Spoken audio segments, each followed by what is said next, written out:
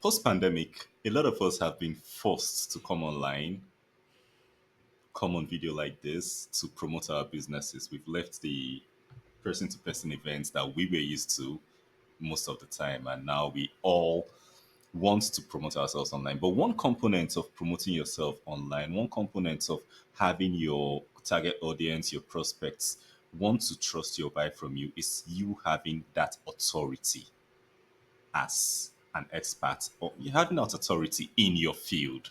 So today we are going to talk authority with Beate. So welcome to the show, Beate.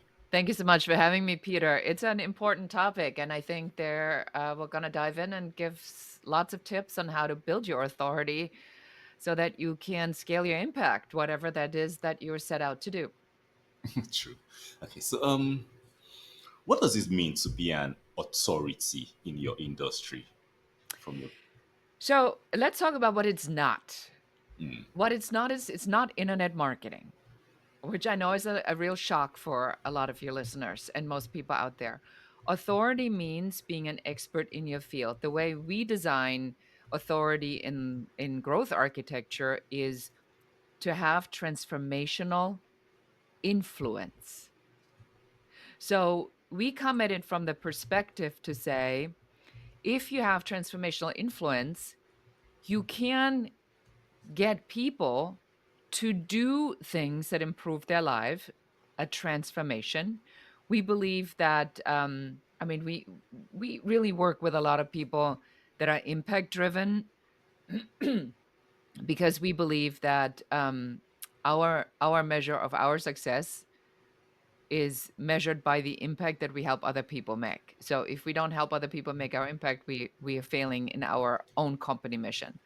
So transformational influence means that you have, with what you say, how you show up, what you teach, what you share, what you do, an impact on those around you in an honest way that actually achieves a transformation for the people that want to work with you. so that's having transformational influence. That means you're able to make people. That's that's an interesting take on It's a this. tall order, right? It is.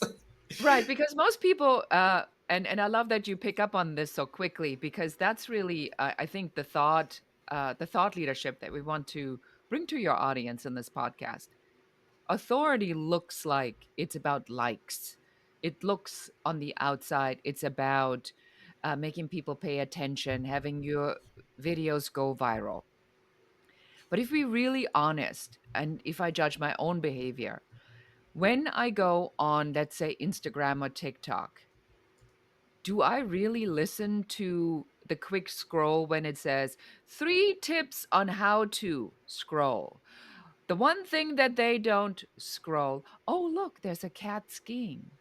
Wow, is that really a cat skiing? Wow, look at that. The cat's in a backpack with its own goggles. The cat's not afraid. I'm watching that. Scroll. How to make money in scroll.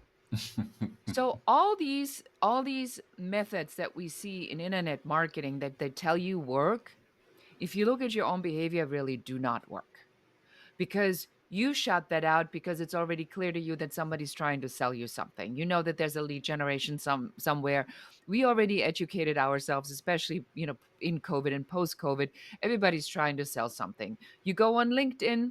Somebody gives you a connection request. The next email, they'll show up on the first date naked and they go, "Hey, here's my link. We can help you in 2 minutes a day get another $10,000 by providing you with 10 qualified leads." Nobody believes this anymore. So that's not authority. That's scamming. That's lying and that's deceit. And everybody looks through this like it's a glass. You see it, I see it, and so do our prospects and clients.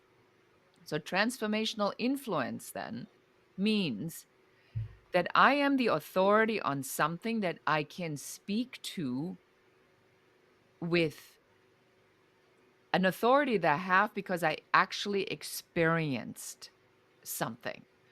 So you talk about things like your personal transformation, on how something that you have learned is something that now you're going to teach other people because you firsthand saw what a profound impact it had on your income, your relationships, your health, your weight, your well-being, your mindset, your spirituality, whatever it is that you do. That's transformational influence. I think I relate with that now. Relate with that now because when you talk about having something that you've done, actually done, that's made a difference, I actually talk a lot about. It's not related to my business or anything, but it's something that actually changed me. I talk a lot about my health journey in the last 2 years. I'm become a totally different person than I was 2 years ago, and a more energetic person than I was 10 years ago because of changes I have made in my health. So I think I relate more with that. I talk more about that to people than even my business or anything else because it excites me and all that. So now building this transformational influence, building this authority, you say you have to have the experience before you can build it, which is very valid. And so how does a person that has that experience transform that into becoming an authority? That's exactly the question you want to ask now, because that is the most important question. What happens is that when you go and you change out of a difficult situation, let's say you were broke, let's say you left your country, you were an immigrant, you had all these obstacles, the way people look at you, what people say about you. I'm from Germany, I still have an accent. People judge you for all kinds of things. And you want to get rid of all of this as quickly as possible and become sort of that person that you aspire to be. But that's not what relates. What relates to people is the journey, the struggle that you went to get here. And so you want to do the opposite of what you really want to, which is to leave everything behind and never talk about the bad stuff that happened. And you want to go and examine the bad stuff that happened and say, what are the markers of my own transformation in this journey? Oh, this was the moment when I realized that uh, having an accent made people listen more intently to me. Uh, this was the moment when I realized that being German, people automatically assumed that I knew a lot about strategy, and I started using that. This was the moment when I realized that being a single broke mom with $135,000 in debt relates to people that are single, broke, and in debt. So you pull out now those pieces and you craft a story, origin story that has relatability points for people to say, I believe Peter. Because I believe that what Peter went through and brought him here is my inspiration, my hope that I can then craft my own path. Because that means if Peter did it, if Beate did it, we should be able to do it too. Exactly. That's why we're telling you the story. You don't use the story, and this is a mistake people make, where they then go and talk about things that are very difficult, right? Sometimes you're not ready to share a child abuse. Sometimes you're not ready to share, that somebody hit you or that you were verbally, emotionally, physically, sexually abused. So you don't, it's not a bear alls portion. It is a what are you willing and ready to share and what fits in the narrative that helps you build the authority. So I'm going to put this in perspective for you. So I am German. I have an accent. Everybody assumes that Germans are very good with strategy. Well, I happen to be. So that's part of my journey. That's part of my story. Because why would I go against something that people already believe? So I'm using it to build my authority. Not just am I good at it, but I'm naturally, innately, by birth, good with it. My brother sucks at strategy. He's also German. Not all Germans are good at strategy, but who cares? But I am. So I use it. Then I was a single mom. Well, I was ashamed of being a single mom because of the judgment that you get from the outside world, that somehow you're a loser because you picked somebody that was an alcoholic and you didn't know. Surely you must have done something wrong that drove him to alcoholism. You're probably a terrible person because you couldn't make a relationship work. Oh, the poor child that you had is going to grow up in a broken home. Shame on you. Couldn't you just have, done, you didn't do enough. Well, how do I take that into a story? How do I make this a story of hope? How do I become an authority to say, and what I did in my story, Peter, I said, it's hard. I'm not going to lie. And there's going to be many nights where you need a box of tissues because you're crying yourself to sleep because you're so despaired and so upset, and and the stuff people say to you really hurts. When your child is called a baggage, you'd be kind of cute, but with a baggage, that's not going to work for someone. They're very words cut like knives. So you have to be very deliberate about how these pieces fit into your story and not re-traumatize yourself over and over and over again when you tell it. Yeah, I think I agree about the not too traumatizing side because there are a lot of things I don't share because of that. But when you talked about looking at your journey, picking out the positives in your journey, and crafting an origin story with the relatability points from these positive parts in your journey. But a lot of times, let's say you have a story, an origin story you've crafted, and you have maybe a product or a service you sell as a consultant or whatever. How do you connect this? Because a lot of times that story is parallel to what you sell. So how do you connect these two? You call me and you hire me because that's what we do.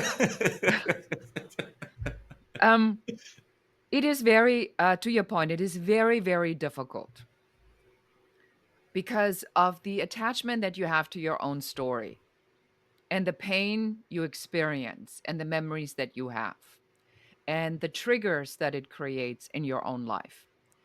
So you can, of course, do spiritual journeys. You can do your therapy, maybe ayahuasca, any of the psychedelic modalities that we now know help to release a lot of these traumatic experiences. You can do all of that.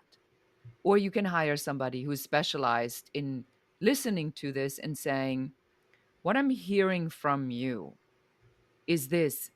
And so for me, the way I look at it, Peter, is that I look at something that I haven't heard before because I hear it all the time. I hear it every day, all day. People come and say, "Well, I do really quality work." I'm like, "Well, if you don't, you shouldn't be in business." Well, my clients really like me. Well, if your clients didn't like you, you probably also shouldn't be in business because then you'd just be a jerk. And you would never get any business. Well, but when I have clients that come to me over and over and over again, oh, well, tell me more about that. Why is that? Well, there's this one thing that I do. Oh, tell me about that one thing. And so I know how to follow the breadcrumbs. I call this process crawling into your mind and finding all the pieces and pulling them out and assembling them. So when I did this with a client of mine, she does summits for new coaches and consultants that are needing to build their list and starting, their service business. And I was on a Zoom call with her, and I whiteboard. I have a process to build processes. Only I can have something like that. That's how much I love this. And as she's talking, I'm literally like asking questions and everything, she says, and I pull it around. And 2 hours later, I said, "There it is. There's your system." And this was her face. And she says, How did you do that?" I said, "Do what?" I said, "I just heard what you said and I organized it." She says, "Well, this is everything I ever wanted that I didn't know that was I mean, did you do that or did I do that? I said, it's yours. I said, I don't do this. I said, all I do is pull the pieces out. And then the story, the origin story that she has, where what got her to this point, that now gets pulled into the storytelling of each one of the stories, the storytelling of each one of the products or services. So in this particular part of our system, the transformation is from here to here. In this part of the system, the transformation is from here to here. Because what I learned in my own experience, that when you go yourself through this transformation journey, first you have to do product one, product two, product three, product four. That's how you do it. So these are really the two ways to do it. You to do the work yourself, which I always recommend, and you really look into how to do storytelling. You look into what you're willing to pull out of your story. You practice, you see if it triggers you, you see if it makes you feel okay, if you're good with sharing that. I did not start talking about my childhood abuse until about 6 months ago. You know, now my mother is 90, my abuser, and I just didn't feel it was the right time to talk about it. But also part of why I didn't talk about it is because I had completely suppressed it.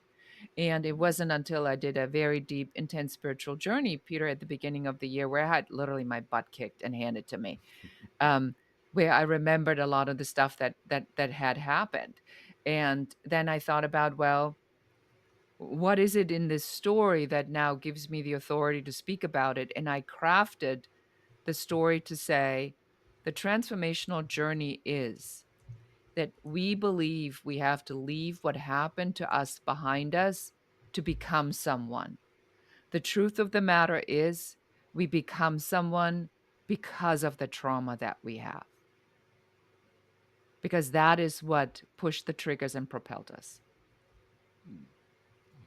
Okay, so you talked about two ways, trying to build this authority yourself and getting someone who is an expert at it to build it.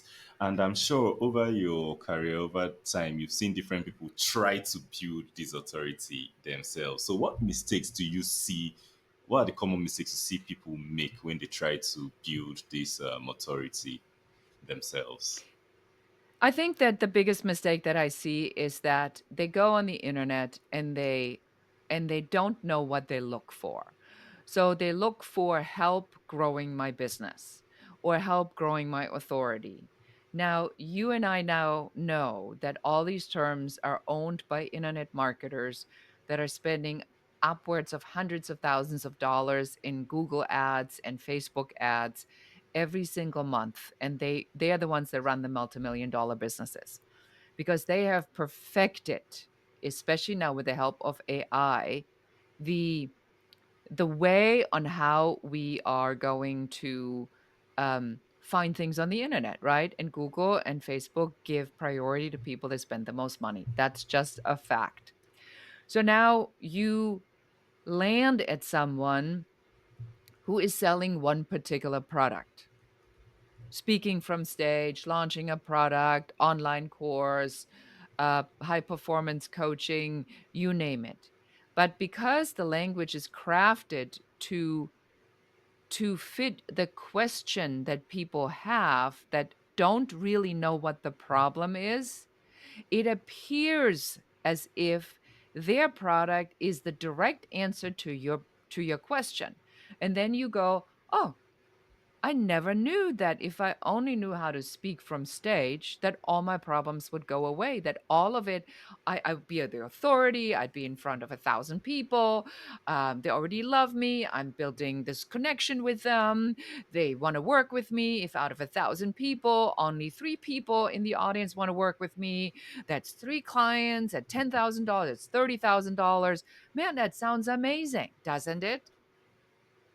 Only to find out that it doesn't work Hmm. because you still need a business model. You still need a differentiation factor. You still need what we call an unapologetic value proposition.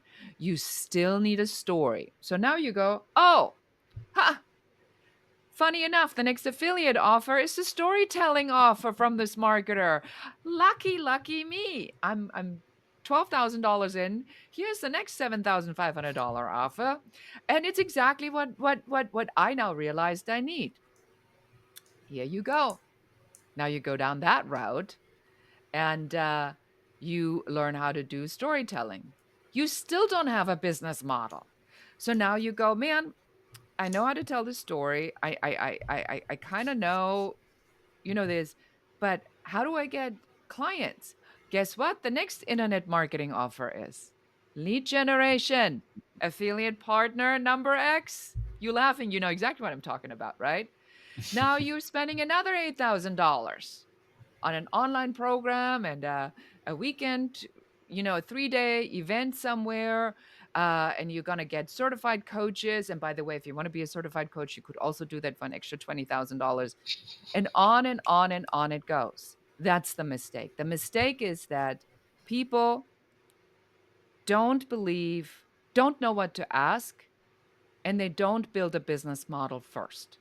If you don't have the business model, you do not know if speaking works, podcasting works, product launches work, online courses work, lead generation works, ads work. You don't know because you don't have a model. You're just sitting there and you're saying, that sounds good. That sounds good. That sounds good. I mean, it'll be like you sitting in a coffee shop and a bunch of gorgeous men and women walk by and you're like, that one would work. That one probably will work. That one probably would work. No, they don't. You have to actually interview them and meet them a couple times to see if this is something you actually, if it's someone you actually want to go out with.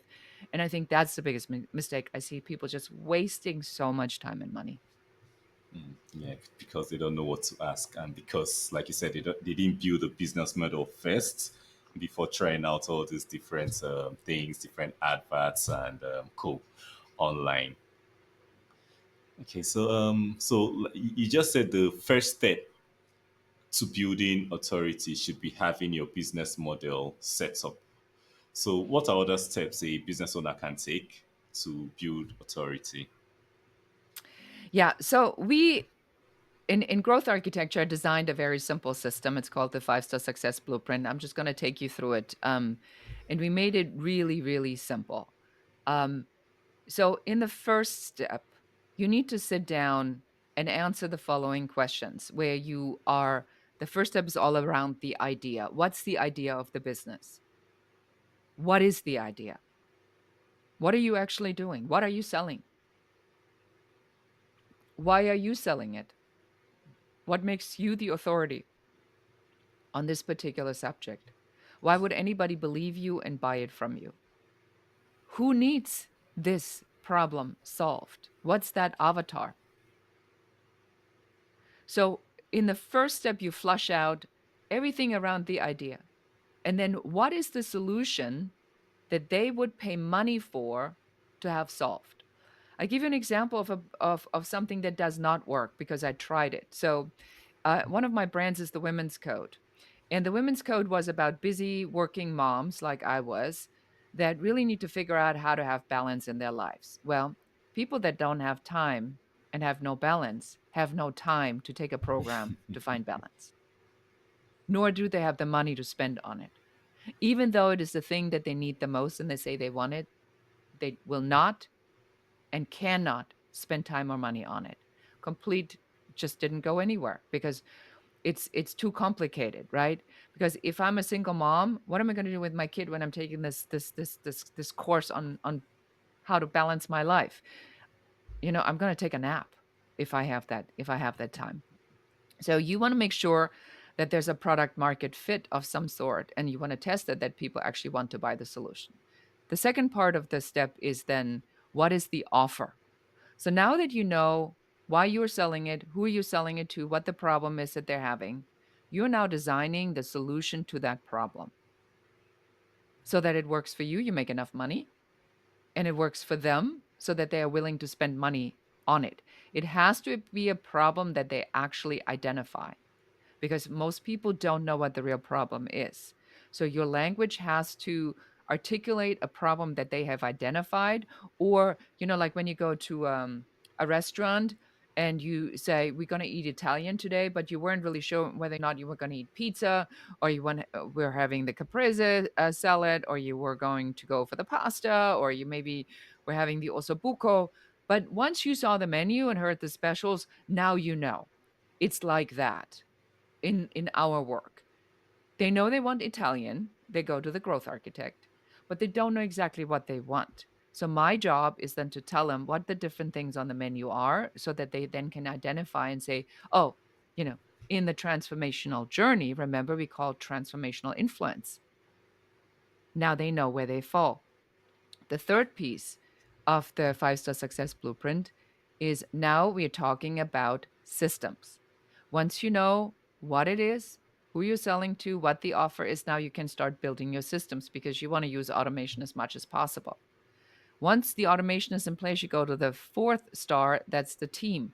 Then and only then will I give you permission to hire anybody, on whether that's a contractor or VA or anybody else.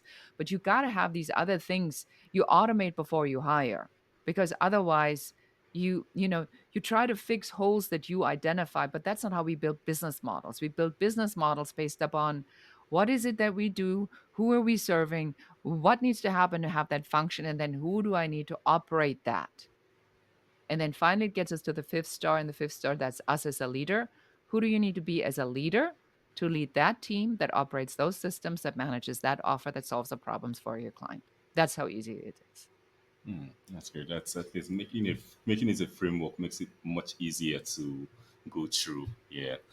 So for some business owners, they might be thinking, okay, they're building authority or they're considering building authority, but they're bothered. They're wondering how would they measure the return on the investment. I'm sure you've had a couple of questions on that. How do they measure the return on the on that investment they are making in building their authority?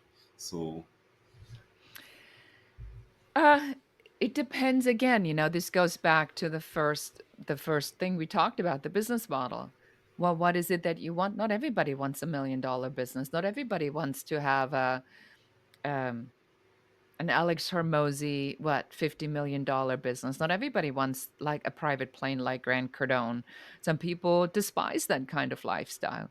So some people may just want a $250,000 business where they're bringing home clean and clear $150,000 so they can spend time with their families. So that's really where you start. You need to start at saying, what is it that I want? And then the measure is easy, because then the measure is how fast and how close am I to this particular goal. Now the measurement of someone else, like and Alex Hormozy may have a measurement of how many of my videos have gone viral. Well, Alex Hormozy, I think, has a team of 12. He spends like $1 million a month or something on just content creating and swamping the whole internet with this stuff. So his measure, if he spends that much money, better be measuring on how much what goes viral and what the reach is. And over time, he'll probably get a lot of data on that. But if you are sitting in Germany, in the UK, in America, in Idaho, wherever you may be, and you think you can replicate that just by listening, but it's not going to happen. You need the money and you need to build it up to that particular part. So your measures cannot be that. Your measures have to be based upon what makes sense for you to measure. So, did I work 30 hours a week, like I said, or did I work 50? Well, if I worked 50, then I missed my goal. That could be a measure. I went on a date with my wife, husband, partner. That's a measure. I did that. I succeeded. I was able to go to all of my children's special performances. That's a measure I calculate. That's a success. Is the measure I helped people that I don't even know by praying that something I did randomly went viral and I missed my daughter's ballet recital. That's probably a fail. So I want your audience, Peter, to really be very deliberate about this and say, what's the reality here of this? What matters to me? And we add a lot more spirituality in in our strategy this year, especially after my own spiritual journey, for the exact reason that I found that people are chasing and chasing and chasing and chasing these things, and they never know what actually really matters. I mean, they kind of know. They kind of want it to be that way, but there is no emotional connection to it. So we're missing and missing and missing and missing the great things of our lives, the here moments, because we're chasing a there that's undefined and therefore we can never reach. And I really would like to stop that. That's that's a good take on it. So, for technology, what technology tools, what apps, what maybe websites would you recommend that can be used to help those in the process of becoming an authority, building their authority? What tech tools can you say can help in the process? I'm so glad somebody asks me this question. I love technology. I'm a big tech junkie. So ChatGPT probably would be my absolute favorite tool. You really got to learn how to use that and how to make it work in your language, and scold it appropriately so it gets a little electric jolt to actually gives you not that vanilla BS that so many people feed it, but gives you really good information. I use Asana as my project management software. I could not live without Asana. We manage everything in Asana.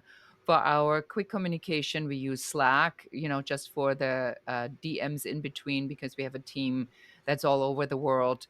Um, that so that way we can have quick questions answered.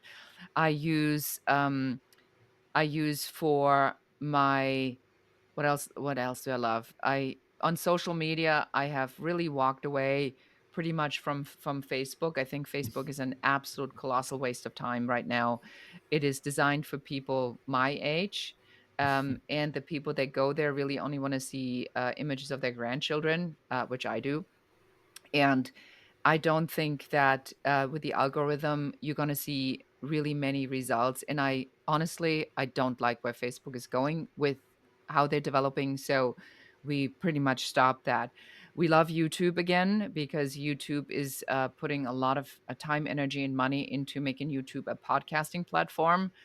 Interestingly enough, a video podcasting platform, which now everybody else is scrambling, try to catch up on, but they're sinking in billions and billions of dollars. So YouTube, if your strategy on YouTube is not working, you need to do what we do. You need to scratch your old channels, and because you cannot get rid of the history and what the search engine, especially now with AI, learned about you. So you just have to let that go and start from scratch. Otherwise, you literally you cannot shake it. Um, we use WordPress sites with a Divi theme, which I find are easiest to maneuver and to use. I use something for my LinkedIn outreach that I literally just found on this website, AppSumo. And AppSumo, for those of your listeners who don't know what it is, AppSumo is a website where a lot of SaaS companies are doing their beta testing and product market fit. So I want to say probably about 80% of all SaaS companies that are business to business facing or consumer facing are now going on AppSumo, and you get a minimum viable product, very often very bumpy in the beginning, but they're using your feedback on this to build their product out. A lot of these products are absolutely phenomenal, that we've used over the years for very very little money. We've got internet signature signatures for our website, lots of really good stuff. Right now, one of my favorite tool for LinkedIn is called Canbox, Canbox. That's a really cool LinkedIn outreach with an automation generator. There's also something called Lead Delta, which scrapes LinkedIn, but also will give you the emails, which is also very powerful. So I'm always looking at what the tools are that I can use to, if I would buy a list, what's my tool that I can use to make sure that I verify those emails before I put it in. So I'm always looking for small tools that make my productivity happening in small things. But the main and we use Go High Level for our CRM. We used to be on Infusionsoft, then turned Keep. We did not feel that Keep was keeping up, pun intended, with the demands. Keep had positioned itself more toward a sort of middle of the road business owner, but we wanted to do a lot more. And what I like is there's a lot of the click funnel, uh, website building, the analytics. You can do beta testing, so you can do an A and B test in some of your funnels, which is really, really, really, really powerful. So we love Go High Level. Amazing, and that's actually a really great list of a lot of things that people can pick from and use to make their lives easier. So thank you for that. Yes, of course. I'd be happy to share what we're using. My goal is to make people successful. Definitely. Okay, so as we come to the end, what's a final piece of advice that you have for business owners looking to grow their authority? You know, a lot of this right now, sort of as I look back at literally 40 years of entrepreneurship, um, is that I really recommend everybody to do two things. Number one, look at failures as road signs, that you are simply determining with this worked, with this didn't work, which path to go. So don't stand in a cul-de-sac and cry. Just notice it's a cul-de-sac, turn around, get the heck out of there and find another way, because there is. Others are doing it. And the second thing is there was this moment, Peter, where, my daughter, who's now 31 years old, and as I'm stepping sort of in this other part of my life of whatever, the wise woman or the badass grandma, whatever anybody wants to call it, right? And I'm going like, well, let's keep the struggle of what aging feels like aside and look at what I have. And there was this moment where they were over at my house, Peter, and my daughter's there, her husband's there, the little one's there. She fell asleep, and my daughter says, "Put her in the crib." I said, "Absolutely not." So I held her and I watched her. I watched her sleeping, and I look at this beautiful, perfect face. And when babies sleep, sometimes their lips shiver a little bit, and you go like, what are they dreaming about, right? And and there's laughter, and wine was had, and my husband's daughter was there with her husband, and it was so joyful. And then I thought to myself, oh my God, I'm there. This is there. This is the moment everybody wants to get to. Your kids speak to you. I cooked a great dinner. They're in our house. I get to be with my granddaughter. I have a nice car outside. I have money in the bank. I have a man who loves me. This is there. And that's when it dawned on me. And I said, don't miss here moments. Take all the here moments that you can, because it generates that energy of love and connection that will bring more people to you that vibrate on that energy. Focus on that. So don't miss here moments. Really important, really timely for all Don't of us miss because yes. we keep trying to chase the future, trying to chase the dreams we have, and a lot of times we might not get there, but what we have, it's always there for us to appreciate and be grateful for. So, yeah, I think that's And literally, Peter, I now watch for the moments. So I now stop and say, that's a here moment. And even if it's just a second, like we were hiking and there's a sunset, that's a here moment. yeah. Keep collecting the here moments. Yes, that don't miss them. Okay, so I think we should have done this at the beginning, but I like bringing it to the end these days. I so, know. so can you just tell us about who you are, who you serve, and also where our audience can reach out to you, where they can learn more from you, and like you said before, if they want an expert to help them build their authority, how they can work with you. Yeah, of course. So I recommend all of you listening to go to our free quiz. It's called what's your talent worth.com. And what I've done is I've actually created a profit formula and designed a quiz that will help all solopreneurs, entrepreneurs, business owners, experts, consultants, coaches to figure out how much money you can make with your skill set right now. And it is amazingly accurate. It's completely free. And then you'll be in my sphere, so to speak. And then watch out for our communication. You can check out our podcast, the Business Growth Architect Show, where we do weekly podcasts on spirituality and strategy and how to combine both of them. And if you have a question or you heard something, you say, I need to speak with her, go to uncoverysession.com, schedule a 15-minute complimentary session with me directly, because we are, you know, I let all my salespeople go because I really wanted to have this more here connected moment. Yeah. So I made the decision to let all of that go and really focus on connection. So if you want to speak to me, schedule 15 minutes and I'll help you to figure out maybe where your business is right now or where it could be, and help you to answer two questions. And the questions everybody needs to answer are, can you do what you want to do on your own? Yes or no? And if the answer is no, then the question is, who's the right person to help you? And then that makes it much, much easier. But that's what we want. We want people to make informed decisions. So you find me under the Growth Architect or Beate Chelette all over the place and on all social media. Okay, so the free quiz, what's your talent, what.com, the Bees Growth Architect Show podcast. Then you can also book a 15-minute session or look for Beate Chelette all over social media. Uncover So session. Yes. on cover session, yeah, for the 15 minutes where you answer, can you do what you want to do, or who is Yes. the right person? Yeah. So thank you so much for coming on. The links will all be on the screen and the show notes once this goes live in a few days. Thank you. And Thank you so much for having me. It's yeah, been a so blast. I loved it. thank you. So, for the listeners, for the watchers, did you get any value from this episode on building your authority, which is really important now? We are all online. We're all trying to sell, to market, to do different things online.